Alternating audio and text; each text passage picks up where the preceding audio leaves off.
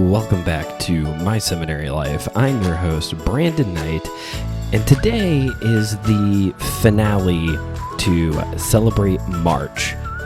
Kind of. Next week's episode is also a celebration episode. It's actually the 3-year anniversary special featuring my best friend, Dr. Jonathan Roy, to talk about his dissertation, which covers topics like understanding what shame is and how it's different from humiliation or guilt, all terms that we kind of jumble up together. There's a really good episode coming out next week dealing all about that.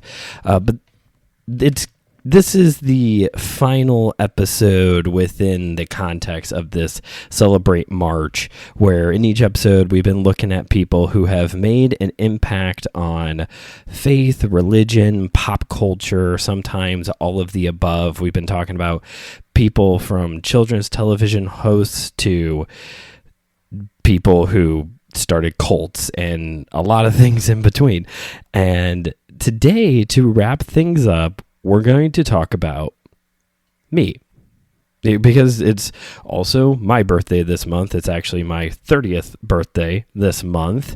And although I have had nowhere near the kind of impact that Chuck Norris, L. Ron Hubbard, Dr. Seuss, or Mr. Rogers has had on people. But just to kind of keep with the theme a little bit here, I thought I would sit back and tell you the story of the origin of my name. Hey kids, did I ever tell you the story about the origin of my name? It's an interesting story. I know that sounds like this is going to be a real dullard of an episode, but trust me, this is actually, I think, an interesting story.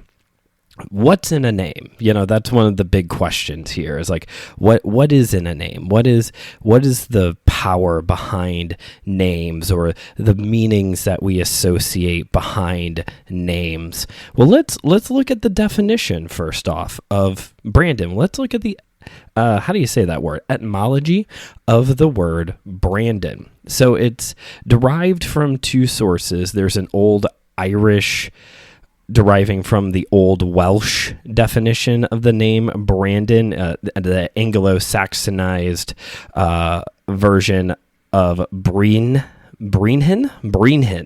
was the old name. But there's also an old English use of the name as well. In Old Irish / Welsh, the name means prince or chieftain, while in the Old English, the Bromdon means bush hill.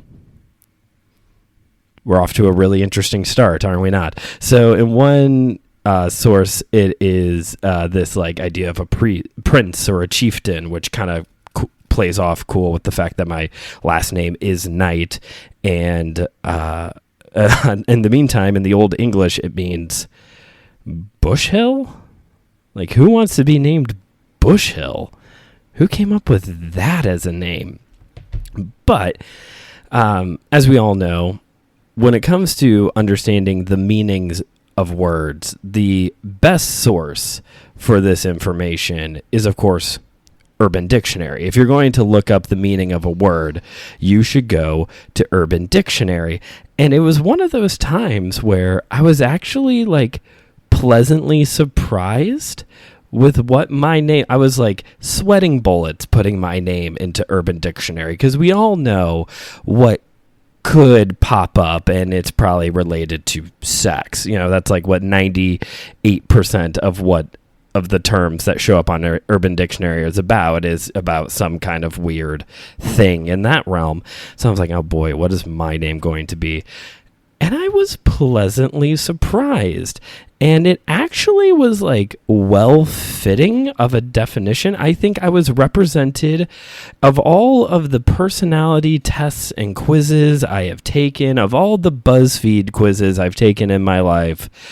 Urban Dictionary, I think, has defined me the best, or defined my name the best, because it meant like a guy who is reliable, who doesn't like take all of the attention, but kind of plays like in the background, someone that, is a solid person, a solid guy that you want to have in your life. And I was like, oh, this is like a surprisingly not raunchy complimentary definition from Urban Dictionary. What do you know? It's way better than "Let's Go, Brandon," which is some weird code for F Joe Biden. I have tried to understand that thing for a while now, and I still don't quite understand how we get from A to B, but whatever.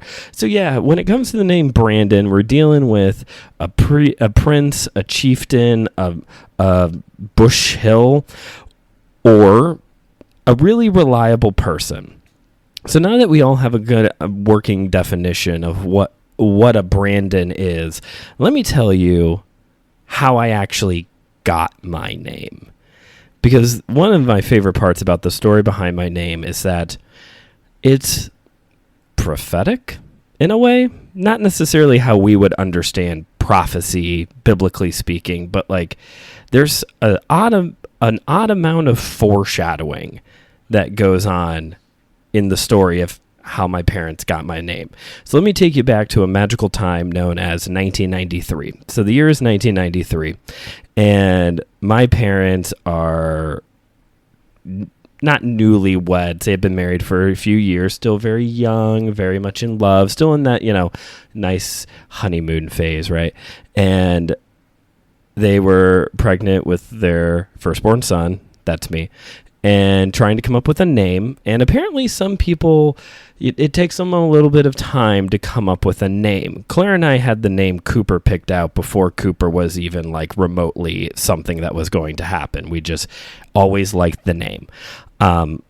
It did take us a minute to pick out a girl's name, but when it came to Cooper, we like had that picked out years ago. Anyway, so my parents were working on trying to come up with what I was going to be named. And like most young couples, they watched a movie and they were deeply touched by it. We all have that one movie, right? All of us couples listening, we all have that like one movie that we like to, we have lovely thoughts about our significant other when we watch it together. I really enjoyed when Claire and I went and saw the live action Beauty and the Beast movie together. It kind of holds a special place in my heart just because that's her favorite Disney princess, and it's the Beauty and the Beast song. It's a cute song. It's a nice romantic song. Of course, also we feel the same way when we watch Empire Strikes Back. But anyway, so my parents were working on my name, and they watched a movie called Dragon, the Bruce Lee story. Not where you thought this was going. So there's this movie that came out right around that time, starring Jason Scott Lee, no relation, portraying Bruce Lee. And this is the story of we get the martial art movie career, we get the formation of the Tao of Jeet Kune Do, but it really focuses on Bruce's relationship with his girlfriend, then wife, Linda. And what is interesting about the relationship between Bruce and Linda is that though he was born in America, Bruce is Asian, and Linda I think she's still alive, a redheaded white girl. And this was the 60s and 70s where interracial relationships, interracial marriage was still very much looked down upon. I feel like we've gotten to the year of our Lord 2024, and we finally have kind of crossed that line where it's like we're pretty much okay with mixed race couples now, but I still feel like there's some people out there who are really not into this idea. I don't know why this is such a thing for people, but anyway, you have Bruce, who is Asian, particularly especially in appearance, and Linda, who is a white American girl, and they love each other, and they want to be together. But a lot of Bruce Lee's story is doing things that rubs against cultural grains. He's dating this white girl, and this causes a ton of tension between at least in the movie, and this is, it's a biopic, so things are dramatized, but this causes a lot of tension between Linda and her mother. Or Bruce is teaching Wing Chun Kung Fu to, Americans, white and black people, and that upsets the Asian community, and he, no joke, does have to fight somebody in order to win the right, in order to continue to teach people who were not Asian. That actually did happen. It's a little bit dramatized for the movie, but that really was something he had to do. It sounds like something that would happen in a movie, but true story. Anyway, so this is a lot of Bruce's life, is like, as an adult, is like pushing cultural boundaries, pushing cultural norms. And as I said, again, a bit dramatized for the movie, but this causes tension. This causes a break between Linda and her mother until they have a child, Bruce and Linda. They have a child, and in the movie, Linda's mother comes to their apartment and had found out that they had this child and really wanted to see her grandchild, even though earlier on in the movie she was making a fuss about how their future children was going to possibly look. And, when this scene comes where now she wants to meet her grandchild, Linda is like blocking her at the door, doesn't want to let her in. You said all these horrible things about us, and now you want to meet your grandchild, stuff like that. But in the background, you hear Bruce say, "Grandma's here. Hey, Grandma's here." Keep in mind, this is like a fresh baby, so obviously the baby's not going to respond. But you just hear Bruce going, "Grandma's here. Grandma's here," to their child. And I'm getting choked up thinking about this scene. It's been a while since I've seen this movie.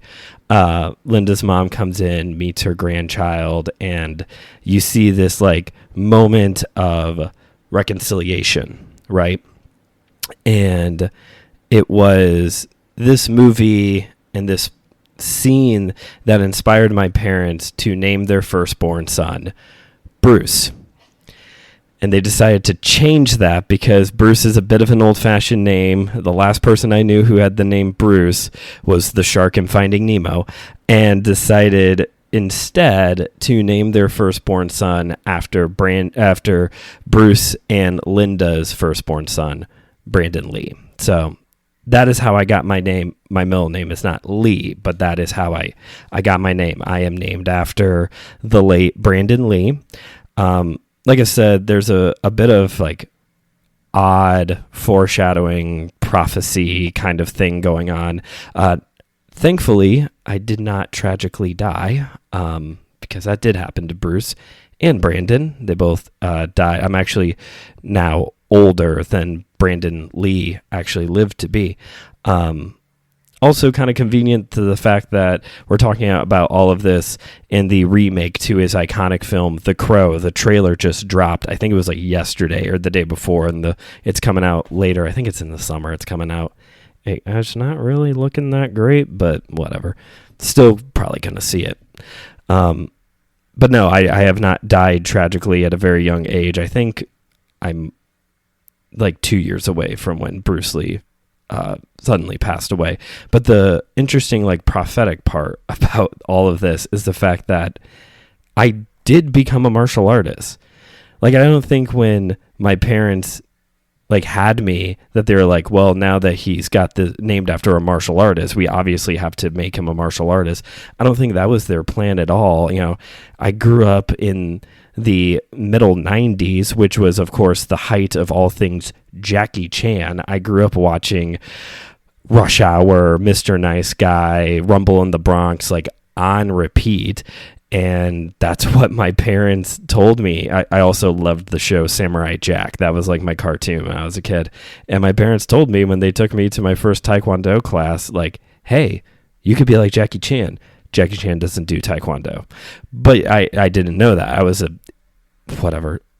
8-year-old boy, 8 years old at the time. So like, I was just going to believe him, But even further than that, like when I was a teenager, I studied Jeet Kune Do, the very philosophy that Bruce Lee developed himself. I read the Tao Jeet Kune Do. Every martial artist goes through a Bruce Lee phase and then never gets out of it. We're just keep watching the movies. But I was really eating up the Tao Jeet Kune Do,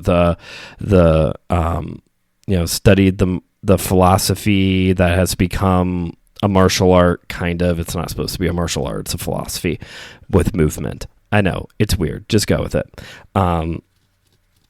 So, like, I've seen these moments in my life where it's like, I was named after this guy. I studied his dad's, philosophy, martial art, and The Crow is, like, one of my favorite movies of all time. Like, top 5. Don't care what you have to say about the cheesy graphics or the total goth music that's in it. Like, it's an iconic film for me. And one of, again, just like these weird like moments in my life that like, oh wow, this like really connects to me. I watched it for the first time when I was in college, and still going through like a very dark time in my life with my depression. And for those of you unfamiliar with the story of The Crow, it's graphic, and it's based off of a comic book, a graphic novel. The author wrote it after his wife was tragically killed in a drunk driving accident, and he wrote this very graphic story as a way to like process his pain and his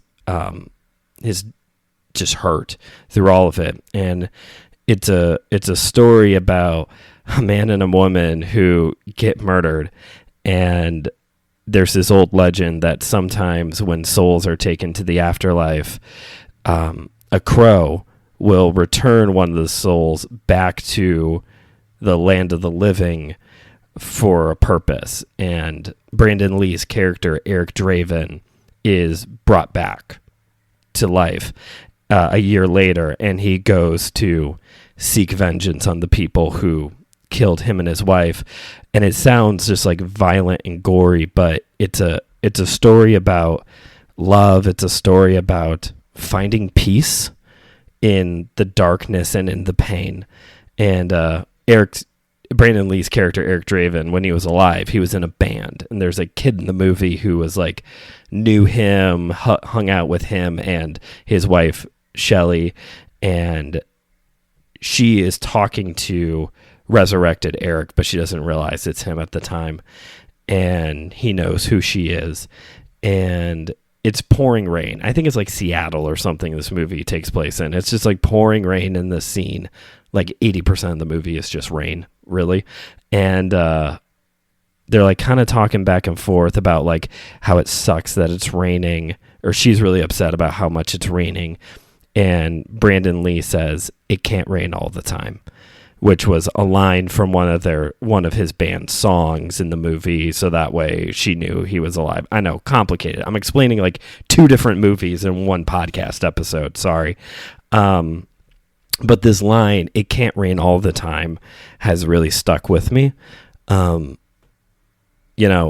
the darkness and in the chaos, in the sin, in the depression, in the everything that's heavy and weighty, sometimes I have to hold on to this idea that it can't rain all the time. It can't be dark all of the time. That just beyond the clouds, the sun will come back up. The sun is there, even when it's pouring rain. Even if I can't see it, the sun is still there. It can't rain all the time. The sun will break through. And maybe that's a little like cliche Christian-y of me to have this like undying hope that like it can't be pouring rain all the time. Even within my own like existentialism, like, do I really like agree with this? Like, no, I have to have this hope that God will break through the clouds. It can't rain all the time. So that's the story of my name. Again, I'm sorry this turned into explaining 2 different movies, but as we see, what's in a name? Brandon, is it a prince? Is it a bushy hill? Is it F Joe Biden? Is it a guy who is reliable?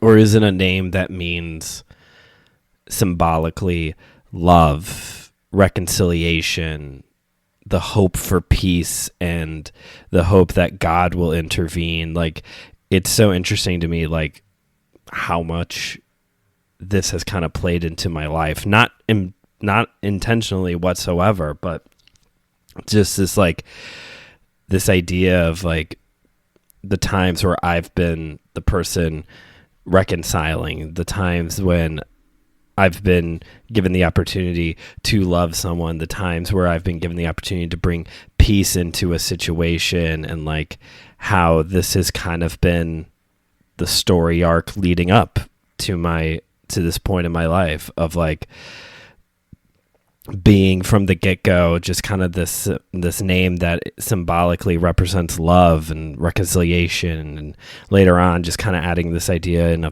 the hope of peace. Like, and I think that really shows like the significance that could come with a name. You know, this whole series we've been looking at significant people, you know, but these people have significant names. The name Mr. Rogers, Dr. Seuss, like these are names that mean something within the world of like childhood growth and development. Chuck Norris has a name that means something within Hollywood and martial arts and masculine identity. L. Ron Hubbard has a name that means something within the sphere of religious studies. Like it's amazing to think like not just the person, but the name behind the person.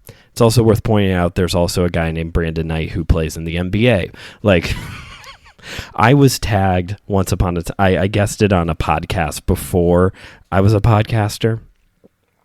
And when I was cited in the description, I think it was on Google Podcasts, it like showed a section that said guests, and it was a picture of that Brandon Knight who plays for, I think he plays for the Raptors or something. Anyway, and I just want to encourage you all, like, I know this is kind of a weird episode for us. It's a very like pop Christian episode for a guy who usually isn't like very pop Christian, but you know, think about your own name. Think about, you know, go through, I think names should mean something, you know. There's a reason why we picked Cooper. I think that names should carry some type of meaning, and that we can even maybe retrospectively look back and see like what our name has become to mean throughout our life. And I don't know. To me, that might be a little bit more important than what Urban Dictionary or Myers-Briggs, and especially the Enneagram, has to say about your personality. It's like, look at your own story. What does your story say about who you are, and what does your name mean? What's in a name?